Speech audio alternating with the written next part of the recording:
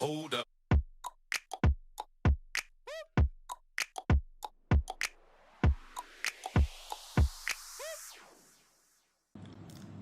I hope you're having a great day. I hope you're staying safe at home, and I hope you had a beautiful weekend. Today I want to talk about something beyond medicine. I want to talk about something beyond exercise, beyond nutrition, beyond just meditation. I want to talk about the power of your thoughts and the power of your mind when it comes to disease, when it comes to problems in your relationship, when it comes to any pains that you have in your body, any particular negative pattern that you have in your life or you see happening in your life. There is always a different way that you can look at it. You see, there is always something beyond medicine. Medicine is needed. Take it when you need it. Nutrition is great, but nutrition cannot solve all of your problems. Meditation cannot solve all of your problems. Exercise cannot solve all of your problems. But I can tell you two things, okay, that are 360-degree in solution terms when it comes to any problem that you may have. Whether it's with your studies, it's with your weight, it's with your disease, it's with your partner, it's about the way you feel with life, the way you feel in society, and one is mindfulness. The more mindful we are, the more connected we are with our inner selves. And that helps us to make the right decision, decide how much of energy and attention we want to give a person, a thing, or an event. And the second thing are your thoughts. Your thoughts. You know, we have so many thoughts in a day. We take them for granted. But you should know that every single thought that you're having, whether you're aware of it or you're unaware of it, is impacting you in some way or the other. And we're going to prove it today. I've done this exercise several times with people. It's not my exercise. I learned it from someone or from a book many, many years ago. I think it was part of the book, which was part of my syllabus when I was studying. But anyway, okay, we're going to understand, because all of us are like, how can your thoughts cause a problem? How can my thoughts, be the obstacle to my recovery? How can my thoughts be making me sad in my relationship? How can my thoughts be making me feel empty even though I have everything in life? Yes, it is your thoughts. And you're going to learn right now how your thoughts impact you at a cellular level. So I want everyone to close their eyes. Just close your eyes and listen to my instructions. With your eyes closed, I want you to imagine deeply that I'm giving you a nice, juicy, yellow, sour lemon. Okay? Now I ask you to take a knife. Okay? You're doing all of this in your mind. Okay? You shouldn't be with a knife and a lemon with your eyes closed. You're doing all of this with your eyes closed. You have this juicy, sour lemon that Luke's given you. Now you take a knife and you cut this lemon in half.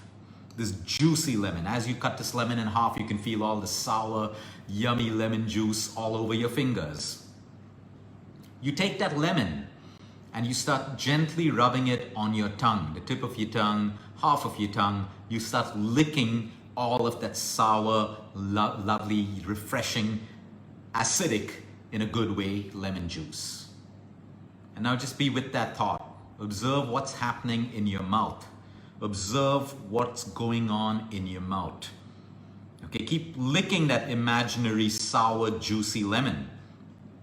You can open your eyes. By now, a lot of you would have realized that you started to produce saliva automatically. A lot of you would have started to produce saliva automatically. Okay, now let's break that down. All I've done is asked you to imagine a lemon and imagine that lemon on your tongue. But you've produced saliva. I'm still producing saliva while I speak, okay, with a thought of a very sour lemon. It doesn't end there. Because you've produced the saliva, you've automatically swallowed it, sending a signal to your digestive system that, hey, Luke may be eating now. Let's start his digestive system. When we produce saliva more than normal and we swallow it, it's a sign to our digestive system that the process of eating may start. So now that saliva signals the digestive system to start producing acids, digestive enzymes to help you break down your food. But all it was a thought. So sometimes when someone talks about yummy food or you smell yummy food, you start drooling. What is that drooling? It's real. People start producing saliva. You hold a plate of food in front of a dog. They smell it. They see it. They still can't eat it. They start drooling. saliva with the thought, the visual and the thought of a lemon or food. What does this mean? The thought, this was the thought of a lemon. Now what happens in your system every time you think about that toxic person? Or you think about that toxic relationship that you have, maybe with your partner, your family members, your boss, your colleagues, a friend. You think it's just a thought. What's happening? You stimulate not saliva, but you'll stimulate cortisol and adrenaline. Automatically with just the thought, you will start to production, which is why sometimes thinking makes you stressful. Because a thought will stimulate adrenaline and cortisol, which will now put you in the sympathetic nervous system, preparing the body for fight and flight, even though it's just a thought.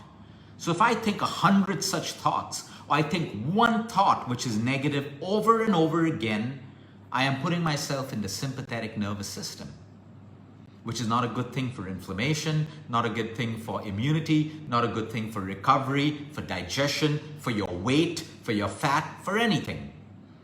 That is how much a power of a thought affects you at a cellular level. Now the good thing is, imagine if you gave that same energy and attention to a good thought, a positive thought. You start thinking about all the holiday memories you made with your children, your partners, your lover. You think about what's going well in your life. Guess what? The chemistry, biology in your cells change immediately. Now we know this for the longest time, the power of the subconscious mind, mindsets, belief systems, negative patterns changing to positive. But exactly, today, unfortunately, you may have a disease in your body. There are some people who may be going in for chemotherapy in the next 1 hour or radiation tomorrow. Whatever it is, what you are thinking about that is going to decide how your body responds. And this is beyond medicine. So today, you may have that medicine that you need to take. You may have that chemotherapy that you may need to take. Take it with the right thought process, or don't take it at all.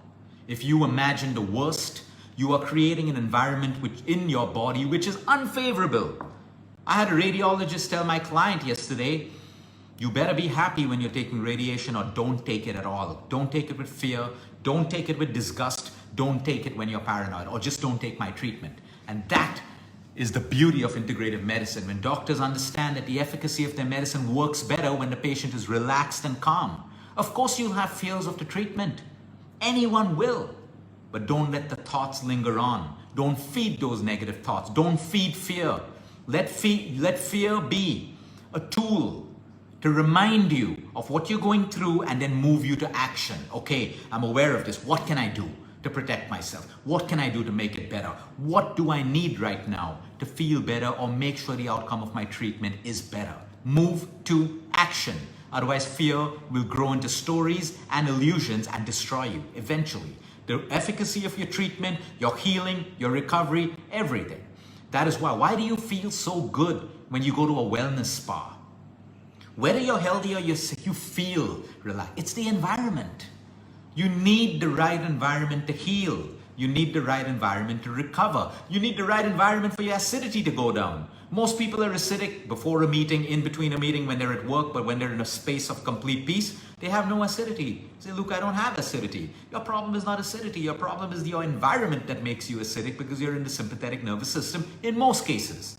So my point is, we need to understand, and that's why I mentioned mindfulness. It's not possible for us to be mindful about 60 to 80,000 thoughts that apparently science says goes through our minds every day. But we can be mindful of the thoughts that make us feel out of alignment, that make us feel uncomfortable. So the moment we have that thought, we should know that there is a chemical reaction happening at every cell level in our body. And that thought, be grateful for it. That it's given you a reminder of something that you don't want, something that you're not comfortable with, which means you also have the opportunity to change it. So you can actually be grateful for a negative thought so that you diffuse the emotion around a negative thought. I'm grateful today that I had this negative thought about something I don't want, because it reminded me of something I don't want, and now it will initiate me to think of something that I can do or something that I want. So you see, there's always a silver lining in everything. Don't make a negative thought your enemy, because there's not one person on this planet who is without negative thoughts. Even the people who meditate 2, 3, 5 hours, they will tell you that they are not free of negative thoughts, but they're mindful enough to decide how much of energy and attention they want to give it and how they want to flip a negative into a positive. Okay, fine. My business, hypothetical situation, my business isn't doing too well. I have to lay off people today. It's making me feel horrible because how will these people manage without salaries? Hypothetical situation. Okay, I don't want people watching this in my team and thinking that I'm going to come up with this. It's not a problem. The point is, negative thought, yes, but I know there is a situation involved. What can I do? What are the 3 best actions I can do? Can I call all my employees together and say, team, we have this problem and we can't function with these costs. What are the 10 best things? Involve them in the process. Don't just drop a bomb on them. Involve them in the process. Maybe employees will come up with their own solutions that let's all take a pay cut until this gets better. But then you'll feel better. There's always a way you can flip a negative into a positive. Someone's got diagnosed with cancer. It's hit the family. Yes, there's fear, all of it, emotion. Now, what's the next best thing I can do? Take my first opinion, my second opinion, put the right team in place, and start moving to action. You can wish and intend it never happened to you, but it has. Now, what do you need to do? We cannot stay stuck in victim mode. We have to move to action, face the emotion, go through the emotional drama, whatever it is, okay? But now, you have to do something. What is the best thing that you can do? And that is what you need to do. There is always something we have to do. So there is emotion and there is emotional drama. Once the emotional drama is out of your life, then there is only space for action. But if we're stuck in the emotional drama, which is victim mode, complain, blame, feel bad, all of that stuff, we can never move to action. So please understand the power of your thoughts. Now the beauty of this is I can start lying to my subconscious mind every day. I can lie about my chemotherapy, even though my conscious mind knows the side effects. I can create a new thought pattern in my subconscious mind by lying to my subconscious mind and saying that this chemo is going to be great for my hair, for my skin, for my immunity, for my overall health. Because your subconscious mind, as we all know, doesn't know the difference between truth and a lie. It doesn't know the difference between virtual and reality. Which is why your subconscious mind absorbs everything, the negative and the positive. It doesn't know the difference. Only your conscious mind knows the difference. This is a huge opportunity for human beings to auto-suggest the mind, to put affirmations in your mind which are powerful to program the subconscious mind. But we're too afraid to do it because we're already scared of what if it doesn't happen? Rejection. What if? And what if it does happen? You should also look at the what ifs. It can. So thoughts are everything. You have a problem in your relationship right now? Fine. You may have a genuine problem with your partner, but also look at the thoughts that you're thinking. You have a problem with your health? You may have a genuine problem. What are the thoughts that you are thinking? Any part in life that you're struggling with right now? Fine, there's a genuine problem. This is not to take away from your genuine problems, but it's asking you to inspire yourself to look at the quality of your thoughts. Are your thoughts uplifting or are they limiting? Are your thoughts constructive and moving you to action, or are they destructive and keeping you stuck? That is the power of your thoughts. And everyone right now has the ability to make a change in their thought process if you want to. And there are people who just don't want to because they've got addicted to complaining, addicted to blame, addicted to a poor attitude, addicted to limiting beliefs, addicted to pessimism. You got to break that addictive cycle yourself by changing the way you think. Have a great day, everyone. Until next time, eat smart, move more, sleep right, breathe deep, and remember, you care. It's all about you.